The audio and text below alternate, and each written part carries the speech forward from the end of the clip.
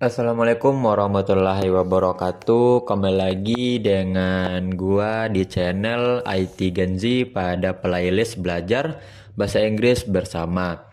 Oke, apa kabarnya teman-teman semua? Semoga sehat selalu ya dan diberi rezeki yang melimpah oleh Tuhan Yang Maha Esa. Oke, kembali lagi dengan konten selanjutnya kita pada materi yang keenam yaitu part of speech. Mempelajari part of speech dalam bahasa Inggris. Oke, sebelumnya jangan lupa dulu di subscribe channel ini supaya bisa berkembang dan lebih maju lagi. Supaya juga saya membuat konten lebih semangat untuk ke depannya. Oke, kita masuk ke materi selanjutnya. Kemarin kita sudah masuk materi yang kelima, sekarang kita materi yang keenam, teman-teman. Eh, untuk itu kita langsung masuk ke materinya. Yang pertama, oke, kita masuk ke pengertian. Apa sih itu part of speech? Part of speech adalah bagian-bagian yang digunakan untuk membentuk sebuah kalimat dalam bahasa Inggris. Dalam bahasa Indonesia, parts of speech ini adalah disebut dengan kategori kata. Jadi part of speech itu adalah kategori kata dalam bahasa Indonesianya, yang dimana pengertiannya ini adalah untuk membentuk sebuah kalimat dalam bahasa Inggris. Kenapa perlu mempelajari part of speech?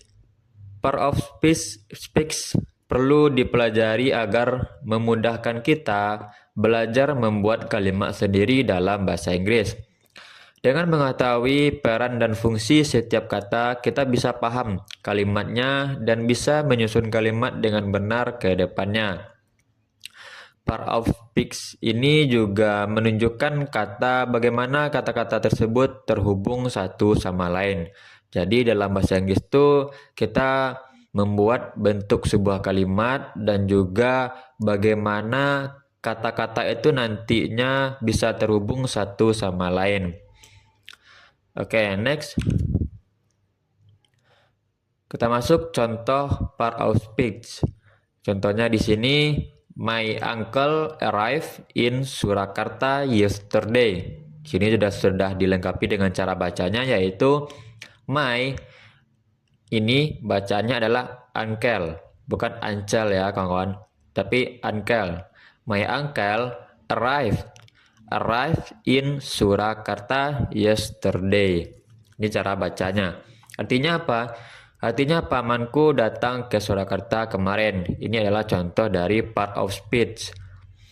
Kita bedah satu-satu. Yang pertama, my. My ini adalah pronoun. Pronoun ini artinya kata ganti. Yang kedua ada uncle. Uncle ini adalah noun atau dalam bahasa Inggrisnya noun ini berarti dengan bahasa Indonesia kata benda. Yang ketiga ada arrive. Itu adalah verb atau kata kerja.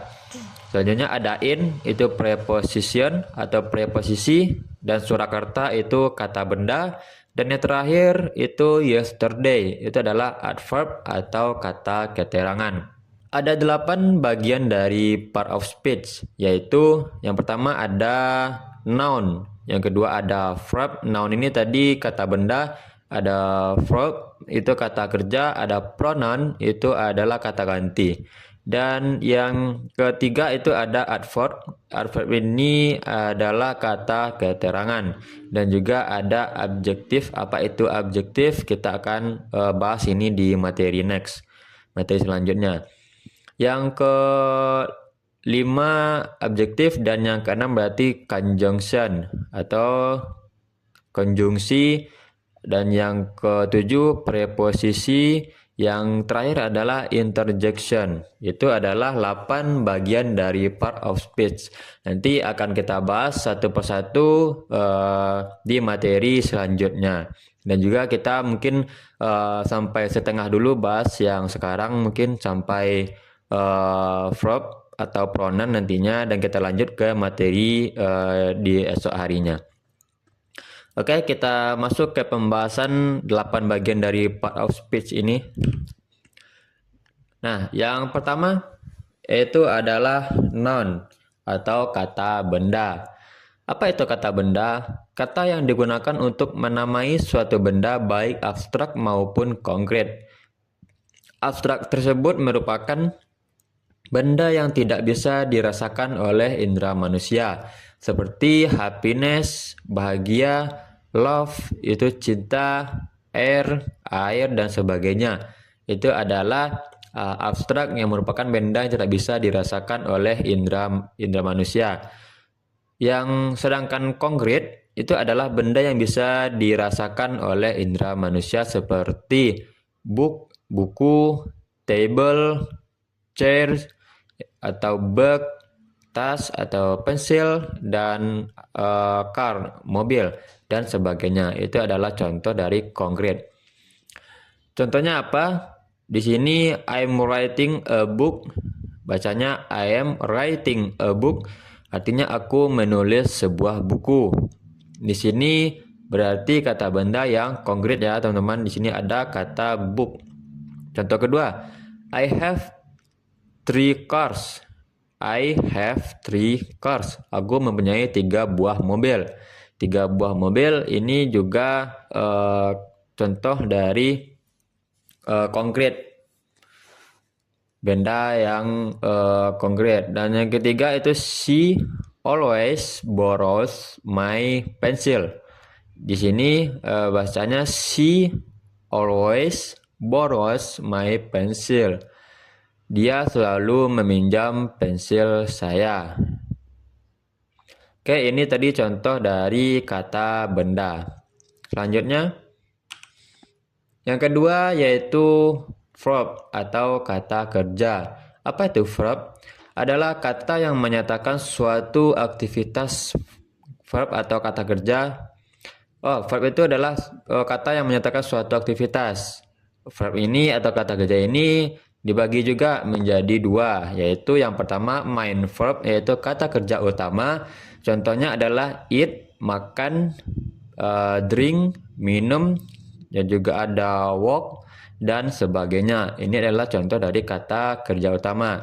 Gimana contoh kalimatnya? Yang pertama yaitu Nana is teaching English. Nana is teaching English. Ini adalah kata kerja utama.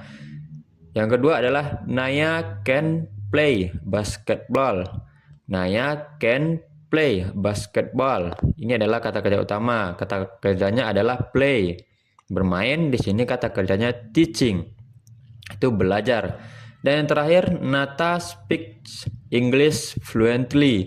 Di sini kata kerjanya adalah speaks, mendengarkan. Itu adalah kata kerja utama. Nah, kata teach, play, dan speak itu adalah kata kerja atau verb. Itu yang dimaksud dengan main verb adalah kata kerja utama.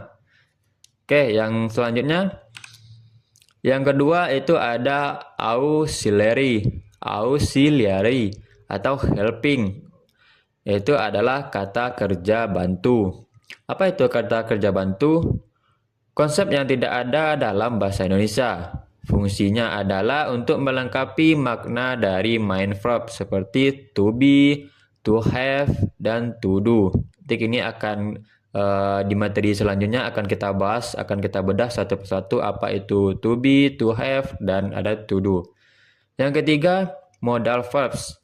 Ini adalah mengekspresikan suatu kebutuhan atas keinginan. Contohnya ada could, ada would, ada might.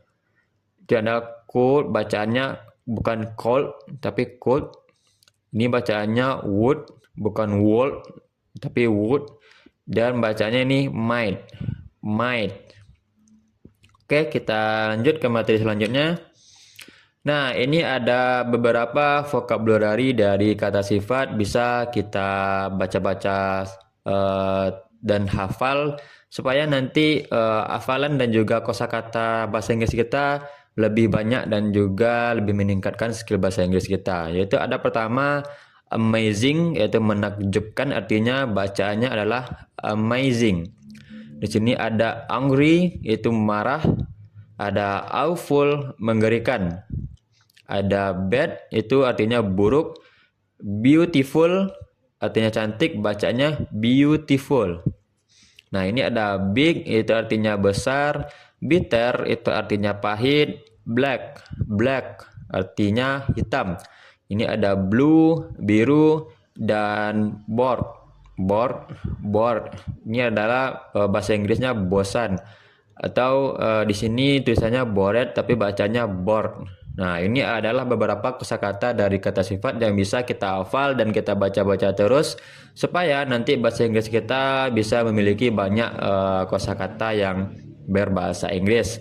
Bisa juga meningkatkan pemahaman atau penghafalan kita dalam bahasa Inggris, juga mempermudahkan tingkat bahasa Inggris kita untuk kedepannya dengan menghafal vocabulary kata-kata sifat yang ada di sini. Ini ada 10, mungkin di next materi juga akan ada nanti di akhir materi saya cantumkan vocabulary dari bahasa Inggris supaya kita juga bisa belajar dan menghafal juga dari kata-kata bahasa Inggris.